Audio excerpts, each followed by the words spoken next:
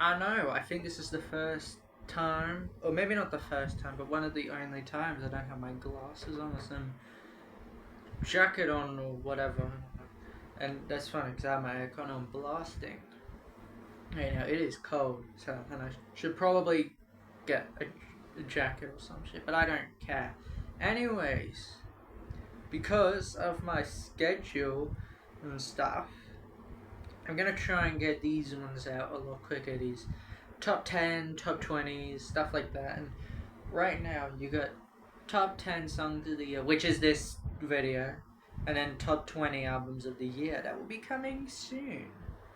Now, I have my notebook there next to me about where I get to talk more about the songs I like, and there'll be not too much spoiler alert because I feel like a lot of these are pretty self-explanatory, especially the first like 3 or so. I did give myself a rule that I did want to limit it to one per artist, or else it would just be, it would have just been Geese and Quadeca, so you don't really want that.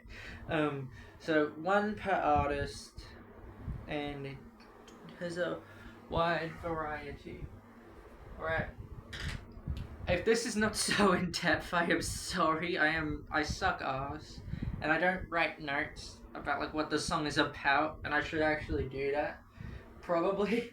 So, at number 10, sorry if I heard something, but at number 10, Waterproof Mascara by Billy Woods off of his album.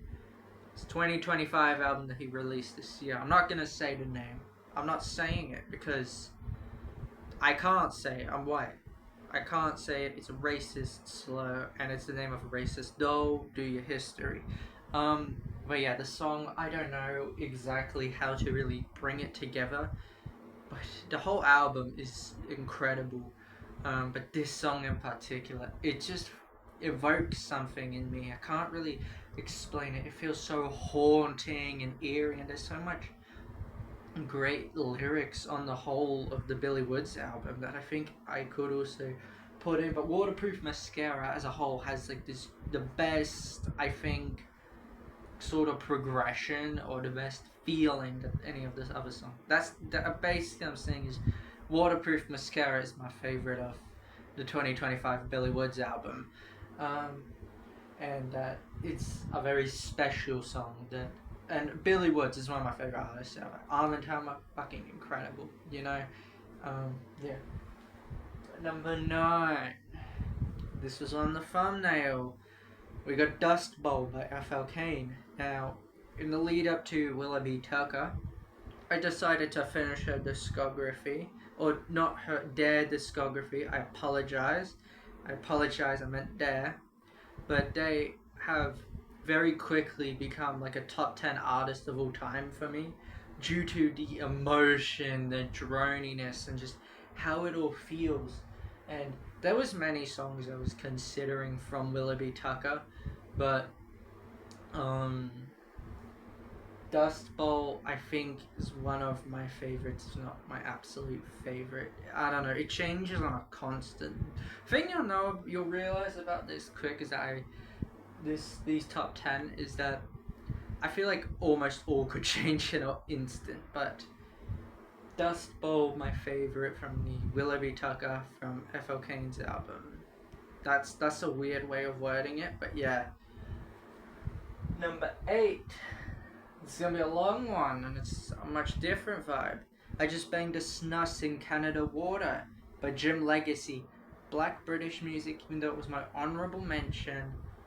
This song goes so crazy. I love it so much. It's so fun. And since I discovered Jim's music, I have been just hooked onto his sound. Back in like 2023 with his mixtape, the Homeless Pop music. That's all I'll say.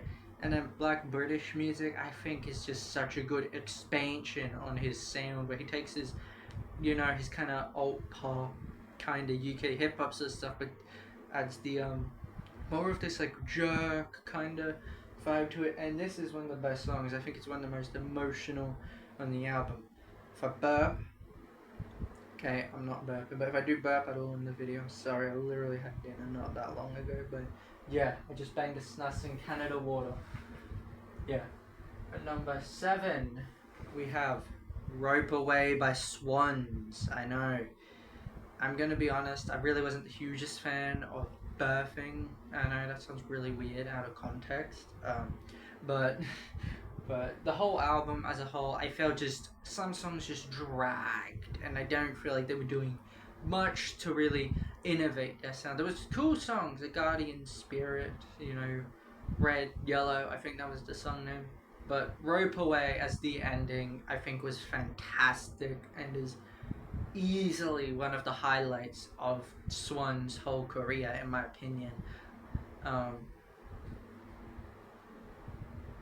Okay, I'm sorry, I forgot. Number 6, this one's, I'm not gonna have too much words for this, but I have Stateside by Pinkpantheress. Just some fun UK garage dance shit. I just, I bust down to it. Yeah, it's fun. And now we're in the top 5 songs of the year. You heard that, top 5. Alright? If you're still here, thank you. You guys are awesome. And number 5, Rick's Piano by Mac Miller.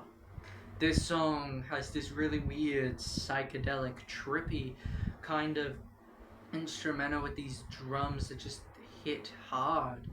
I don't know if you can hear any of the background noise, it's really annoying.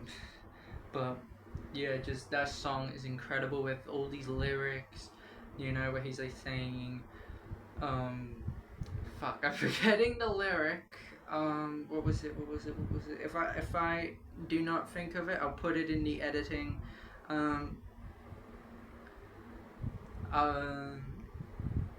People get worse once they think they're the greatest. That took so fucking long. I'm so sorry. I feel so embarrassed now. But just the whole song is this weird psychedelic hip hop journey that I think the whole of balloonerism has been building to a dissonant tomorrow. Never know, we'll never know, something like that. Yeah, that's what I feel like I have to say. Number 4, I don't know if this is an absolutely crazy thing to say. We have ebitda by Clipse. I probably butchered that. Wait, but ebitda. It's only like a minute long, like just around 2 minutes. But oh my god, how much they fit into it. It's insane. The production is like, it's spectacular. I was going between ebitda, Mike Tyson Blow to the Face, and Chains and Whips is my favorite.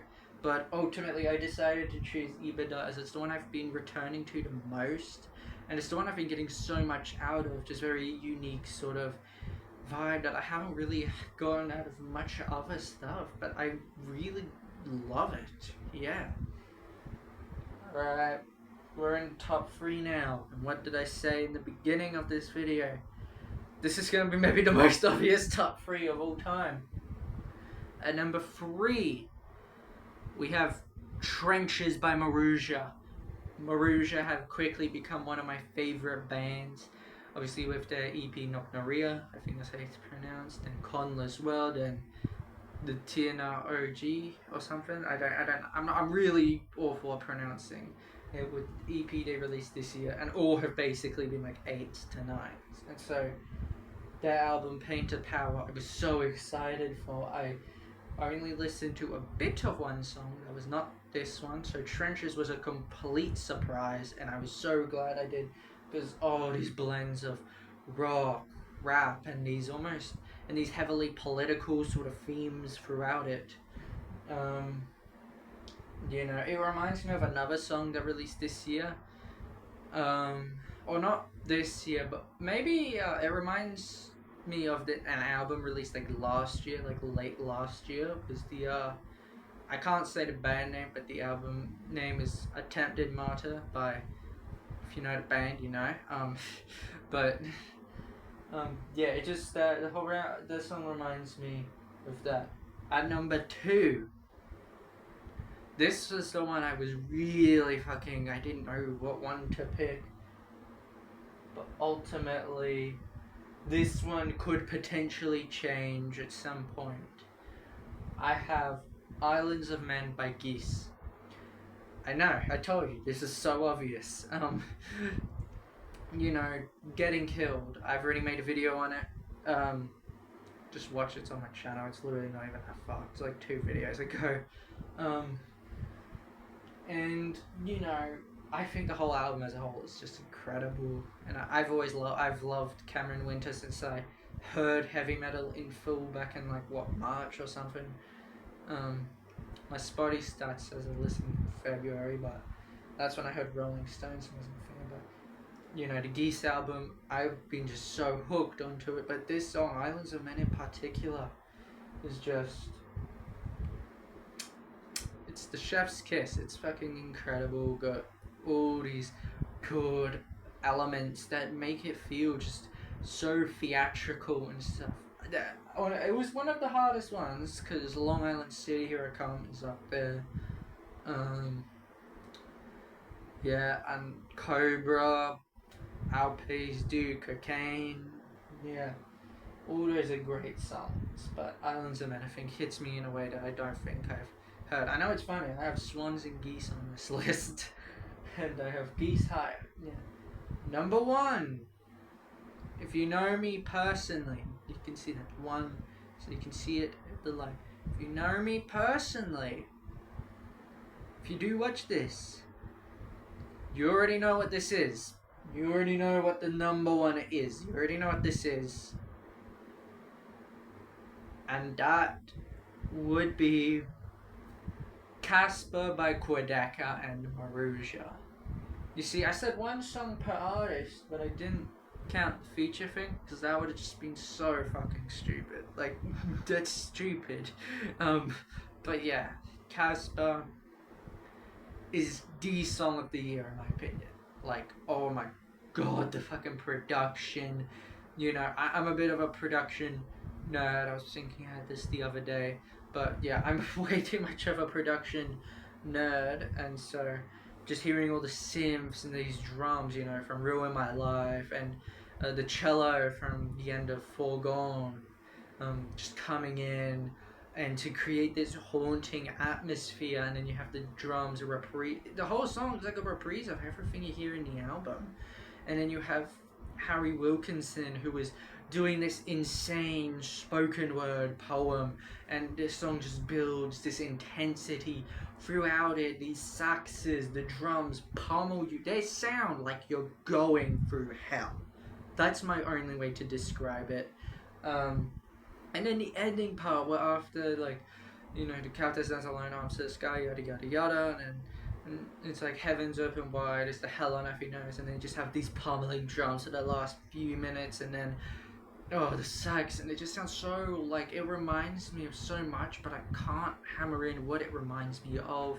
And then the sounds of it going, like, under the water, and coming back out, and the visuals and stuff, it's so awesome. Oh my god, I love this song. It hits, okay? I'm a fucking geek about this shit, because it's so good. It is, it's fucking amazing. So, yeah, those are my top 10 songs of the year. I like how you probably can't really see my face even with this light here.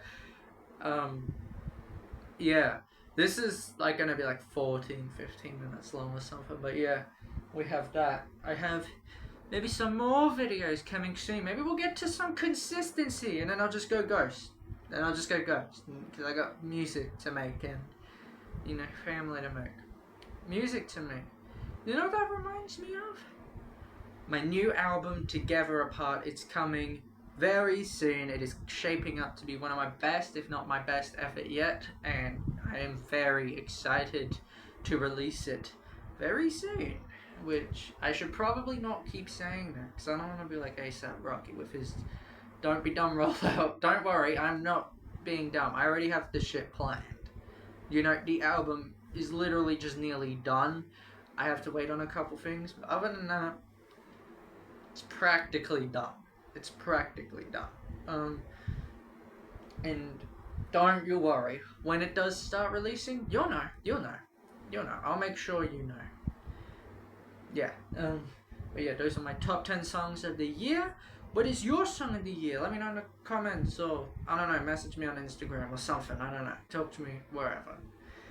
And that will be it. See you guys. I'll see you guys very soon.